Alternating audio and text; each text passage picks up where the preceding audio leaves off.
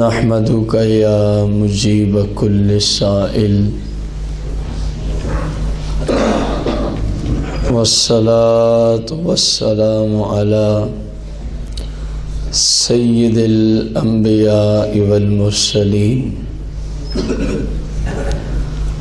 وعلی آلہ واصحابہ وازواجہ وعلماء ملتہ اجمعین،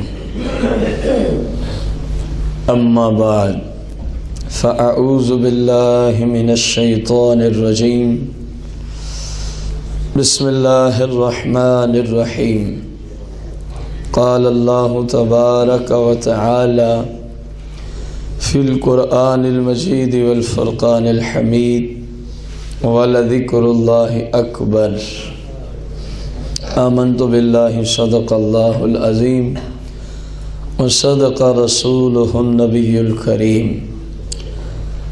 مولایا صلی وسلم دائما ابدا علی حبیبک خیر الخلق کلہم۔ احباب ذی وقار، حمد و صلاۃ کے بعد ہمارا ہفتہ وار درس قرآن، آج جس کا موضوع لا الہ الا اللہ کی فضیلت، قسط نمبر 3، اور اس سلسلے میں آج آخری قسط ہے۔ قرآن مجید فرقان حمید سورہ العنکبوت میں اللہ جل شانہ نے فرمایا وَلَذِكْرُ اللَّهِ أَكْبَرُ،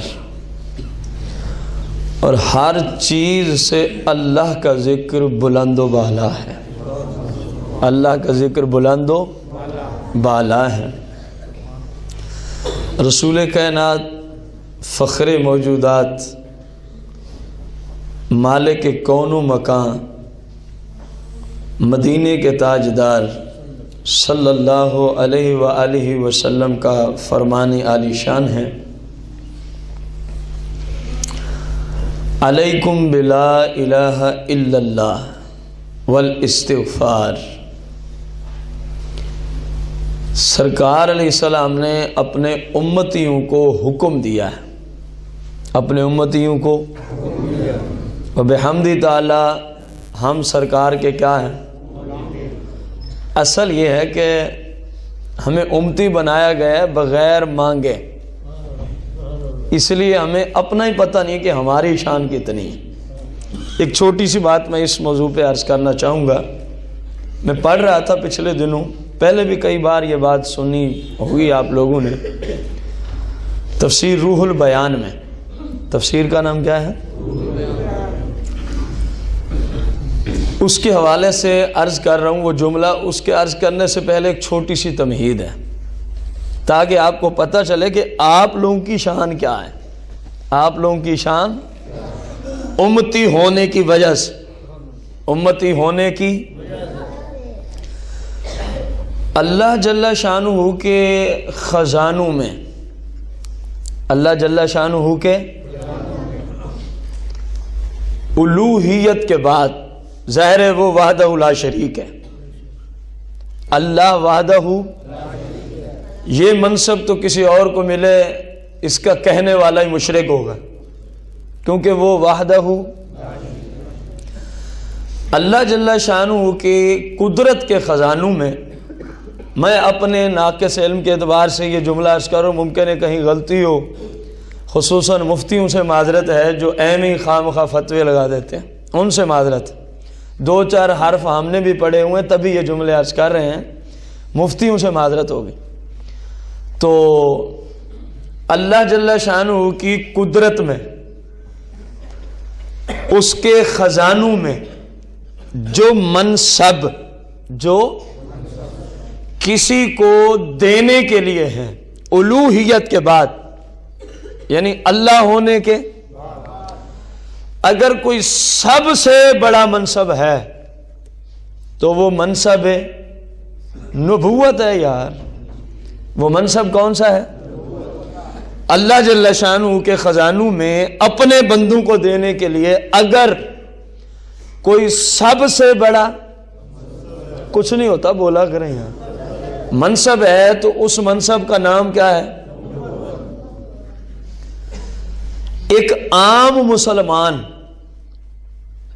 اور ایک ولی کامل، اور پھر ولی سے آگے غوث، پھر اس سے آگے ائمہ مجتہدین، ائمہ اربعہ کی بات کی میں نے، پھر ان سے آگے تابعین، ان سے مزید آگے صحابہ، ان سے آگے مطلق انبیاء کی جماعت، ان سے مزید آگے انبیاء میں سے اولو العزم رسول اور انبیاء، اور ان سب سے آگے مصطفیٰ کریم کی۔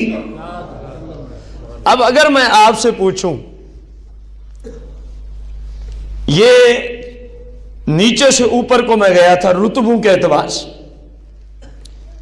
کبھی بھی کوئی بندہ یہ خواہش کرے گا کہ میرا جو اوپر والا رتبہ ہے، منصب ہے، یہ ختم کر کے مجھے نیچے پہنچا دیا جائے؟ کوئی بندہ خواہش کرتا ہے؟ اگر چاہیں تو میں آپ کو آپ کے خواہشوں کو ایک مثال دے دوں۔ ہمارے وطن عزیز ملک پاکستان کے وزیر اعظم بہت بڑا عہدہ ہے کہ نہیں؟ اگر کوئی اسلام کے مطابق اس عہدے کو سنبھالے تو بہت بڑا عہدہ ہے کہ اس کو ثواب ملے گا مسلمانوں کی خدمت کرنے کے۔ وزیر اعظم حقیقت میں قوم کا خادم، نوکر ہوتا ہے، حقیقت حال یہ ہے۔ اس لیے ہم نے کہا اگر کوئی اسلام کی روشنی میں اس منصب کو سمجھے۔ اب وزیر اعظم ایک جانب، وزیر اعلی دوسری جانب، اور ڈی سی او تیسری جانب۔ یار ایک سادہ سی مثال رکھی ہے، یہ تو ممکن ہے کہ ڈی سی او خواہش کرے کہ مجھے کیا بنا دیا جائے؟ وزیر اعلی، مجھے کیا بنا دیا جائے؟ وزیر اعلی کبھی خواہش نہیں کرے گا کہ مجھے کیا بنا دیا جائے۔ یہی بات میں نے پیچھے کہی تھی۔ اسی طرح وزیر اعلی کی خواہش تو ہوگی کہ مجھے کیا بنا دیا جائے، وزیر اعظم کی بھی بلا خواہش ہوگی کہ مجھے کیا بنایا جائے۔ مطلب کیا نکلا؟ اصول کیا نکلا؟ چھوٹے رتبے والے کی کوشش ہوتی ہے بڑے رتبے کی طرف جانے کی۔ میرے بھائی جب بات آ جائے نا مصطفیٰ کریم کی امت کی، تو پھر جو رب کے خزانوں میں سب سے بڑا رتبہ ہے وہ ہے رتبہ نبوت۔ ادھر چھوٹے سے اوپر کو جاتے ہیں، قربان جو مصطفیٰ کریم کی امت کی شان پہ اللہ کا اولو العزم رسولوں میں سے ایک پیغمبر رسول جناب سیدنا موسیٰ علیہ السلام، تفسیر روح البیان۔ اب وہ بات سننا کہ اللہ کے خزانوں میں سب سے بڑا رتبہ کیا ہے دینے کے لیے، اپنے بندوں کو دینے کے لیے؟ موسیٰ علیہ السلام ہیں ہاتھ اٹھائے ہوئے، اللہم اجعلنی، اے اللہ مجھے بنا دے، اے اللہ مجھے بنا دے امت احمد صلی اللہ علیہ وسلم۔ بھائی نبوت سے اونچا کوئی رتبہ نہیں، نبی ہو بھی موسیٰ علیہ السلام جیسا عرض کر رہا ہے، مولا مجھے تو اپنے محبوب کا امتی ہی بنا ڈال۔ اب تجھے سمجھ آئیے کہ اگر تو امتی ہونے کی حیثیت سے ہو، اپنے محبوب کی اتباع میں زندگی گزارنے کی حیثیت سے ہو، تو پھر ایسے نبیوں نے بھی خواہش کی ہے مولا اپنے اسی محبوب کا امتی ہی بنا دے۔ حالانکہ کائنات میں کوئی اوپر سے نیچے آنے کو تیار ہی، جو جانتے تھے اس امت کی شان، بھلے اتنا رتبہ رکھتے تھے، دعا کی مولا مجھے اپنے محبوب کا امتی ہی بنا دے، اپنے محبوب کا۔ ہماری شان تو یہ ہے سرکار کے توسل سے، لیکن یہ نصیب تب ہوگی جب سرکار کی نسبت اتم درجے کی ہوگی، جب سرکار کی عملی زندگی پہ ہم اپنی زندگی بسر کریں گے۔ جھوٹے نعروں تک کام نہیں چلے گا، جھوٹے نعروں تک کام، سرکار کی شریعت اور سنت کو اپنانے پر کام چلے گا۔ اب سرکار نے انہی لوگوں کو فرمایا جن میں شامل ہونے کی موسیٰ علیہ السلام اللہ سے کیا کر رہے ہیں؟ یا اللہ مجھے بھی احمد کی امت ہی بنا دے، مجھے بھی احمد صلی اللہ علیہ وسلم کی کیا بنا دے؟ انہی امتیوں کو سرکار نے فرمایا علیکم یعنی الزم، تمہارے اوپر لازم ہے، تمہارے اوپر بلا الہ الا اللہ، کس چیز کا وظیفہ کرنا لازم ہے؟ لا الہ الا اللہ، لا الہ، یہ جملہ یاد رہے، لا الہ جو ہے نا اس پہ وقف نہیں کرنا چاہیے، لا الہ ادھر آ کے ٹھہر جائیں، یوں نہ پڑھا جائے، لا الہ الا اللہ، یہ وقف ٹھیک ہے، یہ وقف لا الہ الا اللہ، لا الہ، جب بھی کوئی بھائی ذکر کرے اس مسئلے کو ذہن میں بٹھا کے کیا کرے کہ میں کہیں لا الہ پہ تو نہیں رک رہا، میں کہیں لا الہ پہ تو، لا الہ کا معنی کوئی خدا ہے ہی نہیں، اور جب کہتے ہیں نا لا الہ الا اللہ تو پھر معنی اللہ کے سوا کوئی الہ نہیں ہے، پھر معنی بنتا ہے اللہ کے سوا کوئی الہ نہیں ہے، لہذا اس مسئلے کا تجوید کی روشنی میں خاص خیال کیا جائے جب آپ رکنا چاہیں۔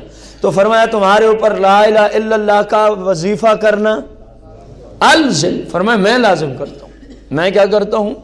لازم کرتا ہوں۔ والاستغفار، فرمایا استغفار طلب کرنا بھی میں لازم کرتا ہوں۔ استغفار کا معنی یہ نہیں ہے استغفر، استغفار استغفار استغفار استغفار، یہ معنی نہیں ہے ادھر، استغفر اللہ الذی لا الہ الا هو الحی القیوم واتوب الیہ، استغفر اللہ ربی من کل ذنب واتوب الیہ، یہ معنی ہے۔ کوئی یہی نہ بیٹھا رہے اسی جملے کو لے کے استغفار استغفار، اول تو استغفار بنتا ہی نہیں ہے، لفظ استغفار ہے، باب استفعال کا مصدر ہے، باب استغفار، استغفار جملہ ہی نہیں ہے، کیا جملہ ہے؟ استغفار، مصدری معنی میں، استغفر یستغفر استغفار، کیا آئے گا؟ استغفار، استغفار تو کوئی جملہ ہی نہیں ہے، ہاں استغفر اللہ، ہاں یہ جملہ بنتا ہے، میں بخشش طلب کرتا ہوں، پھر واحد متکلم کا صیغہ بنے گا جب اس طرح ہم پڑھیں گے۔ تو کوشش کی جائے، سرکار نے فرمایا لا الہ الا اللہ بھی پڑھو اور استغفار کی کثرت بھی، اب صرف اسی جملے پہ نہیں بیٹھنا، کم از کم اتنا پڑھنا ہے جو میں نے آپ کو پیچھے پڑھ کے بتایا، استغفر اللہ الذی لا الہ الا هو الحی القیوم واتوب الیہ پڑھ لیں تو کیا ہی بات ہے، تو کیا ہی کثرت کے ساتھ حدیث میں اس کی فضیلت منقول ہے، کثرت کے ساتھ۔ انشاءاللہ اگلے درسوں کے اندر اس کی فضیلت پہ کلام آئے گا مزید انشاءاللہ الرحمن۔ سرکار مدینہ علیہ الصلاۃ والتسلیم نے آگے فرمایا فَإِنَّ إِبْلِيسَ، اب غور بھی کریں نا کہ سرکار نے یہ جملے امت کو دیے کیوں ہیں، اب وجہ بھی سرکار فرما رہے ہیں، جب وجہ سنیں گے تو انشاءاللہ آپ بھی کہیں گے کہ یار یہ تو پڑھنا چاہیے، یار یہ تو پڑھنا چاہیے، اور انہی کی فضیلتوں پر یعنی لا الہ الا اللہ کی فضیلت، استغفر اللہ کی فضیلت، لا حول ولا قوت الا باللہ کی فضیلت، سبحان اللہ والحمد للہ ولا الہ الا اللہ واللہ اکبر کی فضیلت، اور مختلف وظائف پر ہم نے ایک ادنا سی کوشش شروع کر رکھی ہے، ہم نے ایک ادنا سی کوشش شروع، اللہ کو منظور ہوا تو شاید ربیع الاول میں ہی وہ کوشش منظر عام پہ آ جائے، اگر اللہ کو بات ساری وہاں سے منظوری کی ہے، بات ساری وہاں سے منظوری کی ہے، ایک چھوٹی سی کوشش ہم نے شروع کی ہوئی ہے، اللہ تعالیٰ اس کوشش کو پایہ تکمیل تک پہنچائے، وما توفیقی الا باللہ، کیونکہ اپنا تو عقیدہ یہی ہے۔